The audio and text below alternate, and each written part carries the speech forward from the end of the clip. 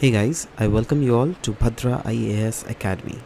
Today is 18th of April and we are going to focus on the newspaper analysis from Assam Tribune as well as various other newspaper dailies.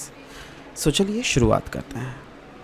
Now, in the first news that was there in Assam Tribune, ये अगर editorial page में चले जाइएगा, so this was clearly there mentioned that Assam का solar project के बारे में बात की गई है. नाउ बोला जा रहा है दैट देखिए हमें असम में सस्टेनेबल एनर्जी सॉल्यूशंस काफ़ी ज़्यादा इम्पॉर्टेंट है दैट उसको इंक्लूड करना पड़ेगा, क्योंकि अगर हम लोग ये सस्टेनेबल एनर्जी सॉल्यूशंस इंक्लूड करें असम में तो ये कहीं ना कहीं हमारी जो असम की इकोनॉमिक ग्रोथ है और ओवरऑल रीजन को इंटीग्रेट करने में बहुत ही एक महत्वपूर्ण भूमिका निभाने वाली है. सो असम का अगर प्रेजेंट सिचुएशन देख लीजिएगा तो असम का अनडाउटेडली इकोनॉमी सबसे ज़्यादा किसके ऊपर रिलाई करता है? एग्रीकल्चर के ऊपर, क्योंकि असम के 60% से भी ज़्यादा पॉपुलेशन तो एग्रीकल्चर में एक्ट कर रहा है. राइट नाउ जब से इंडिया का जो look east policy act east policy में कन्वर्ट हुआ है तब से कहीं ना कहीं हम लोग ये भी देख रहे हैं दैट सेंट्रल गवर्नमेंट मतलब ओवरऑल नॉर्थ ईस्ट रीजन के ग्रोथ में बहुत ज़्यादा भूमिका मतलब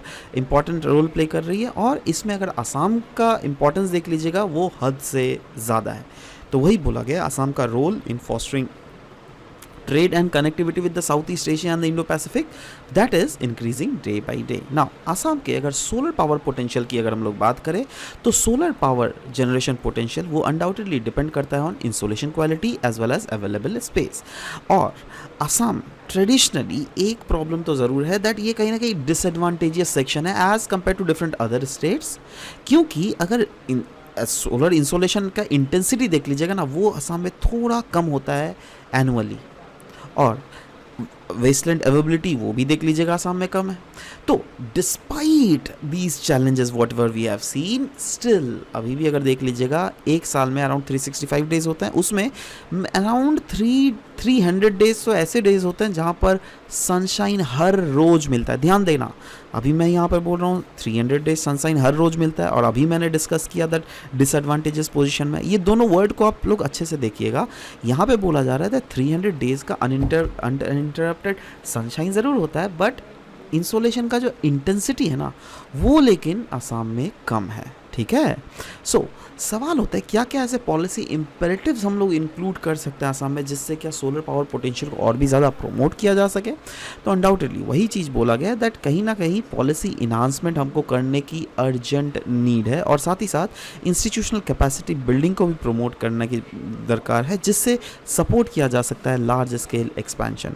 फोकस करना पड़ेगा हमें on tightening of the existing policies, मतलब जो अभी पॉलिसीज़ एग्जिस्ट कर रही हैं उनको कहीं ना कहीं टाइटन अप करना पड़ेगा, और साथ ही साथ स्ट्रेंथन करना पड़ेगा इंस्टीट्यूशनल फ्रेमवर्क्स को, एक्सेलरेट करना पड़ेगा हमको कैपेसिटी एक्सपेंशन जो क्या इंपॉर्टेंट है as Assam's electricity demand projected to double by 2030. जी हाँ, 2030 में जो अभी में जो आसाम का जितना भी से for example x amount of energy need हो रहा है, राइट, ऐसा कहा जा रहा है 2030 तक ये 2x हो जाएगा. राइट, तो अनडाउटेडली डिमांड जो है वो डबल करना पड़ेगा, और इस डिमांड को फुलफिल करने के लिए हमको सप्लाई भी तो करना पड़ेगा. इसीलिए बोला गया है दैट कहीं ना कहीं कैपेसिटी एक्सपेंशन को में हमें फोकस करना पड़ेगा, और अराउंड रिन्यूएबल एनर्जी कैपेसिटी में रफली अराउंड 3000 मेगावाट कैपेसिटी को जोड़ना पड़ेगा बाय द ईयर 2026 एंड 27, और 2030 31 तक 32 तक हमें रफली अराउंड फर्दर 5000 मेगावाट का एनर्जी कैपेसिटी को असम में जोड़ना पड़ेगा. ठीक है. नाउ असम का अगर रीजनल एनर्जी पोटेंशियल देख लीजिएगा अनडाउटेडली काफ़ी ज़्यादा है, और ये एक सिग्निफिकेंट अपॉर्चुनिटी भी प्रेजेंट करता है overall north east as well as Assam के economic growth as well as energy security को लेकर. और इसीलिए इंपॉर्टेंट क्या है? इंपॉर्टेंट ये है दैट कहीं ना कहीं हमें स्ट्रैटेजिकली पॉलिसी रिफॉर्म्स लाने की ज़रूरत है, कैपेसिटी बिल्डिंग इनिशिएटिव्स करने की ज़रूरत है, और प्रोजेक्ट्स कोलैबोरेटिव प्रोजेक्ट्स लाने की ज़रूरत है which are very much essential for realising the potential as well as fostering the sustainable development, जिससे ओवरऑल हमारे रीजन में सस्टेनेबल डेवलपमेंट आ सके. नेक्स्ट द हिंदू का ये न्यूज़ है, यहाँ पे हम लोग बात करेंगे committee for queer community. Queer community जो LGBTQ कम्युनिटी होती है ना उन कम्युनिटी के लिए एक कमिटी का फॉर्मेशन किया गया है. तो ministry of law and justice ने रिसेंटली नोटिफाई किया है दैट एक 6 मेंबर का कमिटी जिसको हेड किया जाएगा बाय कैबिनेट सेक्रेटरी, तो वो गठन किया जा रहा है जिससे एड्रेस किया जा सके जो जो भी इश्यूज़ है, जो जो भी प्रॉब्लम्स है रिलेटेड टू क्वीर कम्युनिटी या फिर LGBTQIA++ कम्युनिटी। नाउ ये कम्युनिटी जो गठन किया जा रहा है कमेटी, ये कमेटी क्यों गठन किया जा रहा है? क्योंकि देखो इन कम्युनिटीज़ को बहुत डिस्क्रिमिनेशन फेस करने पड़ते हैं सोसाइटी में, जैसे गुड्स और सर्विसेज को एक्सेस करने में discrimination, social welfare services schemes का एक्सेस करने में डिस्क्रिमिनेशन, कहीं ना कहीं they also face the threat of violence, right. तो अब देखो इतने सारे जब प्रॉब्लम्स है, अभी तक इनके प्रॉब्लम्स जो है उनको कहीं ना कहीं अनदेखा किया गया था, बट अभी जब से ये कमेटी का फॉर्मेशन किया जा रहा है तो बोला जा रहा है दैट ये कमेटी फ्यूचर में क्या करेगी, it will look into measures जिससे हम लोग मेक श्योर कर सकते हैं that queer people are not subjected to involuntary medical treatments as well as surgeries. क्योंकि अब देखो आप अगर ज़बरदस्ती अगर आप लोग को मेडिकल ट्रीटमेंट सर्जरी करवा रहे हो तो इनडायरेक्टली इसके मेंटल हेल्थ में भी तो इम्पैक्ट पड़ता है ना। तो इसलिए हम लोग को लार्जर एंगल में समझना पड़ेगा। पहले तो हम लोग देख लेते हैं, देखो ये तो रहा मेन न्यूज़, राइट। अब इस न्यूज़ के रिलेटेड हम लोग इस एस्पेक्ट को देखेंगे, दैट इज LGBTQIA कम्युनिटी। ये क्या होता है? देखो LGB लेस्बियन, गे, बाइसेक्सुअल सुना ही होगा। ये क्या है? काइंड ऑफ सेक्सुअल ओरिएंटेशन है। जैसे बाइसेक्सुअल मतलब क्या होता है? ये वैसे लोग होते हैं जो who are attracted to male people as well as female people. एक होता है, देखो एक होता है हमारा नॉर्मल ऑर्डर जिसमें क्या होता है, एक male is attracted to a female या फिर a female is attracted to a male, ठीक है। But L stands for lesbian, इसमें क्या होता है, एक female is attracted to a female. Gay मतलब क्या होता है, एक कम्युनिटी होती है जिसमें एक मेल मेंबर दूसरे मेल से अट्रैक्ट होता है, फीमेल से अट्रैक्ट नहीं होता। वैसे ही आता है बाइसेक्सुअल, जिसमें कोई भी, वो लड़का भी हो सकता है एक बाइसेक्सुअल या फिर लड़की भी हो सकती है एक बाइसेक्सुअल। बट बाइसेक्सुअल में क्या है ना, आप मेल से भी अट्रैक्ट होते हो और फीमेल से भी अट्रैक्ट होते हो। नेक्स्ट आता है ट्रांसजेंडर मतलब क्या? It refers to the one who identifies as a sex other than that was named at birth. मतलब अगर आपको बर्थ में से फॉर एग्जांपल लड़का किया गया था but eventually traits are like लड़कियाँ, so that times yes that you are transgender, ठीक है।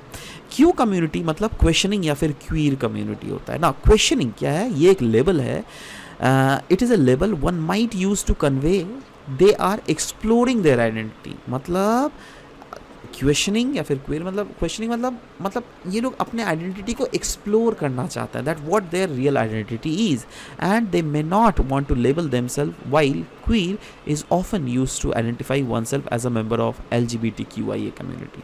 सो क्वीर मतलब क्या? दैट अगर आप LGBTQIA कम्युनिटी के हो तो आप क्वीर हो, मतलब या तो क्वीर आपको बोला जाएगा या फिर LGBTQIA कम्युनिटी, राइट। बट इसमें क्वेश्चनिंग वो लोग होते हैं जो कि अपने जो सेक्सुअल अटायर्स है, नीड्स है ना, उसको एक्सप्लोर कर रहे हैं, कभी गेज के साथ, कभी बाइसेक्सुअल के साथ, कभी कभी नॉर्मल मेल नॉर्मल फीमेल के साथ, कभी कभी ट्रांसजेंडर्स के साथ, right. So they are exploring their identity likewise, ठीक है। उसमें वैसे ही आता है आई, है ना, यहाँ पे देखो QI। So what is this? I stands for, I speaks for intersex, जहाँ पर a person is born with a reproductive or sexual anatomy that does not seem to fit the typical definition of a female या फिर mail. मतलब आई मतलब intersex, मतलब ये आप वैसे पैदा हुए हो जो क्या मतलब ना ही मेल को 100% रिप्रेजेंट कर रहा है, ना ही फीमेल को, समझ रहे हो बात। और होता है A refers to asexual who do not have sexual feeling. अगर आपका सेक्सुअल फीलिंग ही नहीं है तो आप एसेक्सुअल हो। और प्लस जो कम्युनिटी, प्लस जो इंक्लूडेड है ना, इसमें प्लस है। प्लस का मतलब क्या है? प्लस का मतलब है दैट फ्यूचर में अगर इस टाइप के कुछ भी कम्युनिटीज़ आते हैं हाँ, तो उनको it is very open and inclusive, right. So they will be included to it. In fact मतलब फ्यूचर में मतलब क्या, जैसे हम लोग जैसे पढ़े लिखे सेक्शंस के लोग क्या होता है ना, usually that they are open, right, they are open to the fact that yes this kind of thing usually happens and okay they are fine, right। मतलब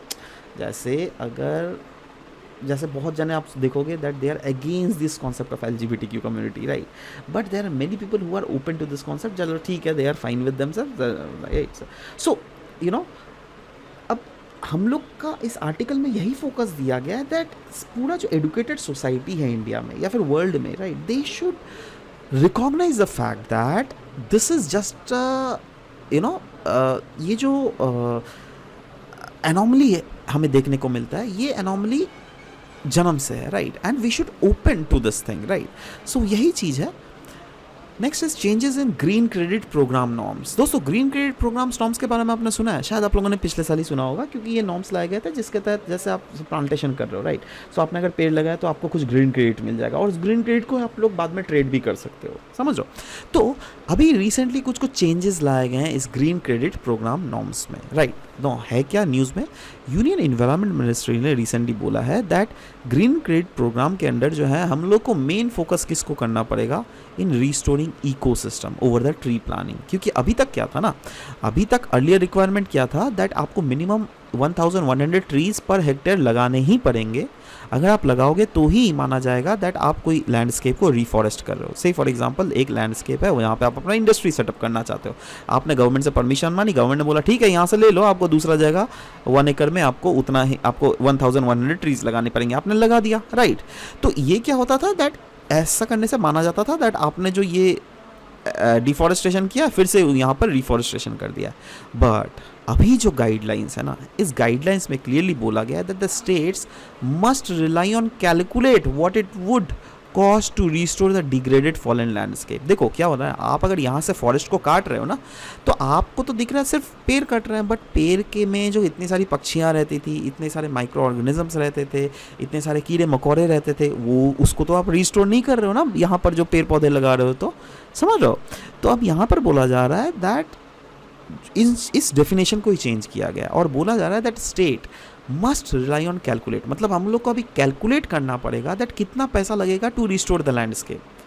ऐसा नहीं 1100 पेड़ का, हर पेड़ का अगर 100 रुपया भी मान रहे हैं तो चलो भाई 1 लाख 10,000 रुपये में हो गया, ना ना ना ना, ऐसा नहीं, ऐसा नहीं। आपको प्रॉपरली इकोलॉजी को रिस्टोर करने के लिए कितने पैसे चाहिए, उतने पैसे यहाँ पे इन्वेस्ट करने पड़ेंगे, और इसमें प्रेफरेंस दिया जाएगा to indigenous species and naturally growing seedling would be retained. Moreover companies would not be able to offset all their obligations under the compulsory afforestation. मतलब अगर कंपनीज है, ऐसा नहीं बोल सकता था कंपनी कंपल्सरी एफॉरेस्टेशन में जितना किया गया ग्रीन क्रेडिट्स के थ्रू वो हो गया, नहीं नहीं नहीं, आपको इसको कॉम्प्रिहेंसिवली देखना पड़ेगा, और आपको मेक श्योर करना पड़ेगा इकोलॉजी का जो डिग्रेड करने में जितना कॉस्ट हुआ है उसको आपको रिस्टोर करना पड़ेगा, राइट। नेक्स्ट आता है ग्रीन क्रेडिट प्रोग्राम। ये एक इनोवेटिव मार्केट बेस्ड मैकेनिज्म है जिसको डिज़ाइन ही किया गया है जिससे इंसेंटिवाइज किया जा सके वॉलंटरी इन्वायरमेंटल एक्शंस को, और ये जो इन्वायरमेंटल एक्शंस है वो इंक्लूड करता है अक्रॉस डाइवर्स सेक्टर। जैसे आप इसमें individuals, community, private sector, industries, company सब इसमें इंक्लूड हो सकती है। और जब से बोला ना ये एक मार्केट बेस्ड मैकेनिज्म है, ये मार्केट बेस्ड मैकेनिज्म मतलब क्या, देखो आप जैसे कोई भी इंडिविजुअल, कोई भी कम्युनिटी, प्राइवेट सेक्टर या फिर कंपनीज अगर वाटर कंजर्वेशन एक्टिविटीज़ या फिर एफॉरेस्टेशन एक्टिविटीज़ में फोकस कर रही है तो you can earn green credit which can be traded in market as well. समझ रहे हो, ट्रेडेड इन मार्केट मतलब शेयर वेयर वो टाइप का activities, right. Now Indian council of forest research और एजुकेशन जो है ये सर्व करता है एज इसका एडमिनिस्ट्रेटर, और इन्हीं का रिस्पॉन्सिबिलिटी है दैट इस प्रोग्राम को कैसे इंप्लीमेंट किया जा सके, कैसे मैनेज करे, कैसे मॉनिटर करे और ऑपरेट करे, राइट। तो ये ग्रीन क्रेडिट रजिस्ट्री और ट्रेडिंग प्लेटफॉर्म जो है इसको डेवलप किया गया है by Indian council of forest research and education, और इनका काम ही है टू फैसिलिटेट करना द रजिस्ट्रेशन और साथ ही साथ ग्रीन क्रेडिट्स को बाई या फिर सेल करना। ट्रेड मार्केट की जहाँ तक बात करें तो green credit will be tradable and be made available for trading in domestic market platform, right. मतलब आप जो ये मार्केट प्लेटफॉर्म्स है ना उसमें आराम से ग्रीन क्रेडिट को ट्रेड कर सकते हो, राइट। सो अब देखो ये विल भी बोला गया है, मतलब अभी तक ये नहीं किया जाता, बट हाँ फ्यूचर में there are probabilities that yes it will be done, ठीक है। आशा करता हूँ that this was all about the discussion, जो कि आपको समझ में आया होगा। This was all about the day today session. मिलते हैं आप सबके साथ नेक्स्ट सेशन में। Till then bye bye, take care and thank you guys, thank you for listening to the whole video, thank you very much.